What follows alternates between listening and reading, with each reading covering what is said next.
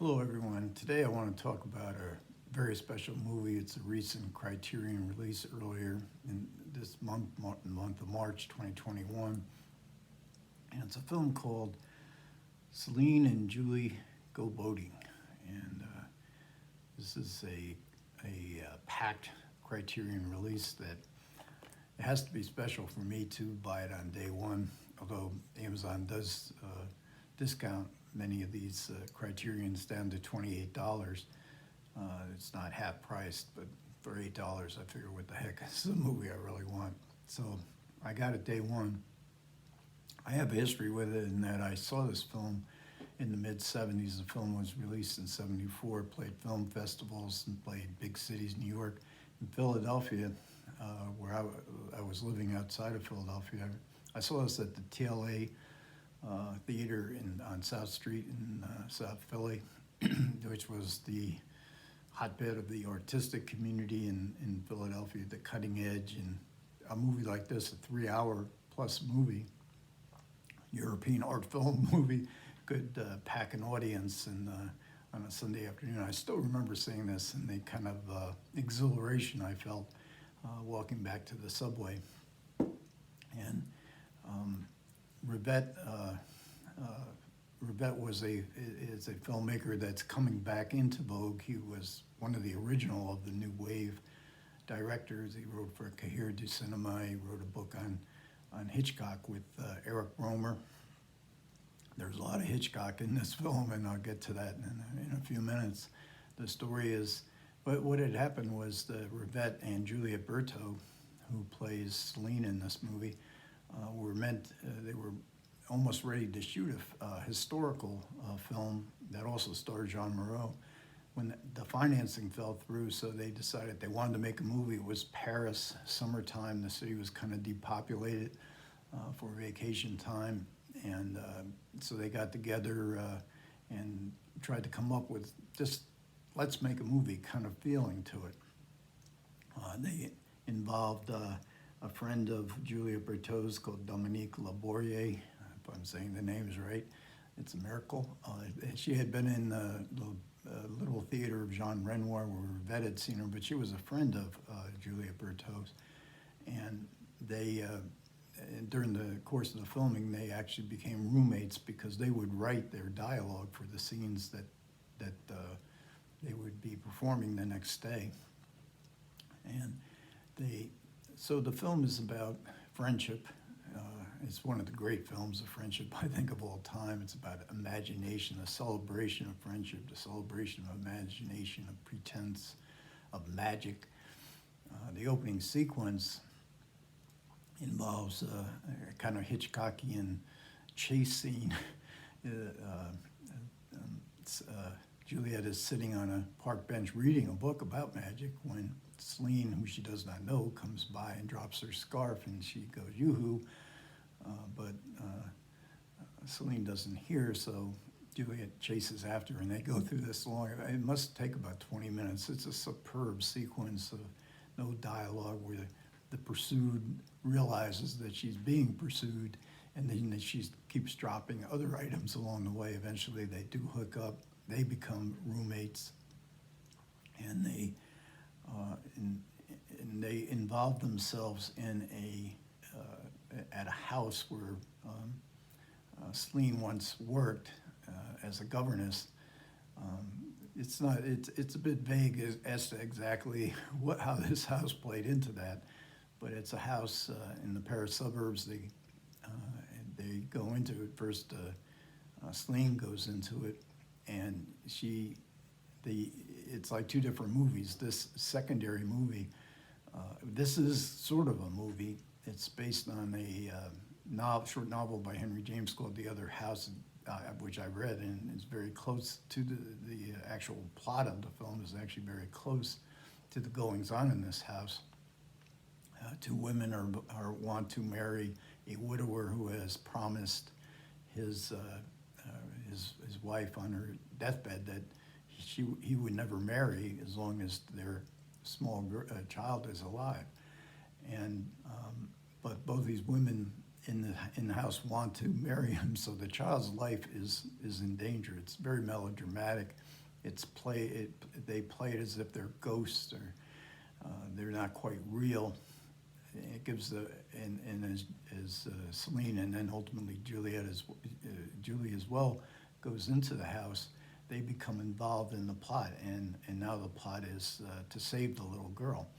And I couldn't help but being reminded of a Hitchcock movie called Rear Window, where Jimmy Stewart laid up with a broken leg and looks at all these movie screens across his courtyard, and one of these movie screen type windows, he believes he has discovered a murder. And there's a sequence later on in the movie where Grace Kelly, his girlfriend, goes into the movie that he's watching. And then eventually the movie itself comes at the end of the film, it comes into the apartment. And it sort of has that same feel. And here there's a murder that's going to be committed, but the girls feel a duty to save, but Celine and Julie have an object of saving the little girl. So we have these two very strange, well, the one story is very fun-loving, the other story is bizarre, and I think you probably have to get into the rhythm of the movie to really appreciate what they were doing in this film. That the actors in the house are played by Boulanger, Marie-France Pizier, and she wrote the dialogue for the scenes filmed in the house. And then Barbet Schroeder played the man who the two women want to marry, and he is the producer of Celine and Julie Go Boating. So it was very low budget, and they have to really, in those days they really had to scout around for money, and they also filmed it in Barbara Schroeder's apartment. And Schroeder, in case you don't know him, I think he'd already directed a movie himself called More with Mimsy Farmer, and later on he makes some American films, most notably Single White Female and Reversal of Fortune. So we have the Hitchcock influence, I think, and again, it's not, it's kind of covert in comparison to, say, Brian De Palma, who he's very overt with his Hitchcock references, and at the same time period where, he takes Hitchcockian scenes and does them in a sort of entertaining way. I think the one thing you have to say about Rivette is that he's an intellectual filmmaker. His writings in the Cahiers du Cinema and book on Hitchcock, they're very analytical, dense. So that approach is here, and in fact, he also, in one of the interviews of Rivette that are in the extras, and the extras on this film are superb, he mentions that he's asked, why do you keep such a distance? Why aren't you interested in faces, like, say, Jean-Luc Godard was? And Rivette's self-critical about it. He says, whenever I edit a film, I say, where's the close-up? Where's the faces? And he says, when I'm filming, I'm more interested not just in the face, but the gestures and the body language. So that can keep a film viewer a little bit at a distance to the films of Rivette. I don't think it's a big, and there are a few close-ups in the film, but for 3 hours long, a 3 hour plus long movie, not that many. This film, Celine and Juliet, as you learn from the extras, was considered by everybody involved in it as a very special film. It was a film sort of made up on the spot with heavy collaboration. And Rivette even says, this was, in looking back on his career, there's various interviews with Rivette. He's a great interviewee, and he does claim that this is because we have the Renoir influence as well as the Hitchcock influence, and he cites Renoir as saying, making a metaphor of a film. It's like a river; it flows along. You have to get into the flow of the film, and it has to lead somewhere. This river has to go somewhere. And I think in the Celine and Julie Go Boating, we get a fantastic final shot. I remember people clapping at this final shot, and very much a Renoir shot concerning a river, concerning a boat.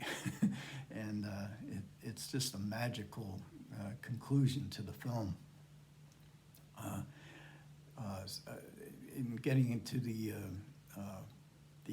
various extras, this has a commentary by Adrian Martin, and you got to wonder, how can somebody be entertaining and informative for 3 hours and 20 minutes on a film? Adrian Martin proves more than adequate. I mean, this is superb commentary. It's one of the best commentaries I've ever heard. Goes into all the production history and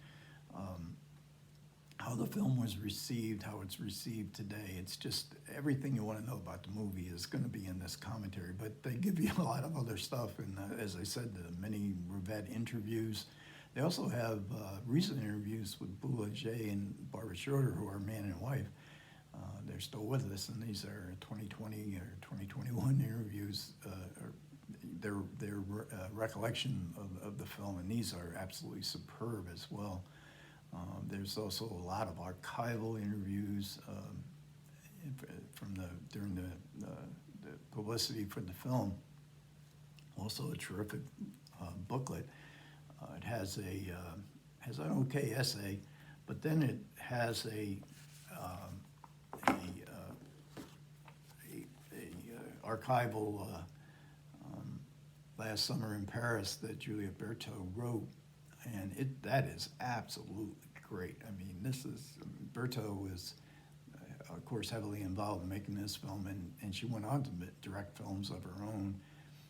Yeah, I also have to comment on the artwork in this film. It's just the watercolor motif that the house where Celine and Julie invade, in which the strange story is going on, and the artwork, of course, on the cover.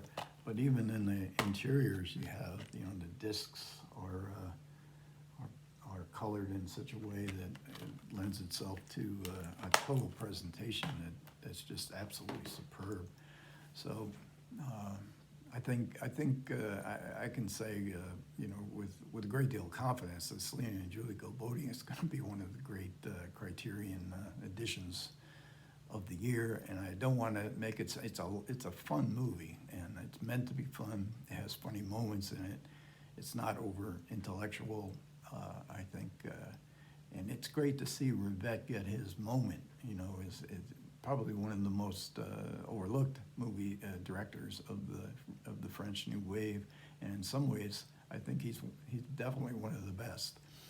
Okay, so that'll wrap this video up, and you guys stay well, and I'll catch you later.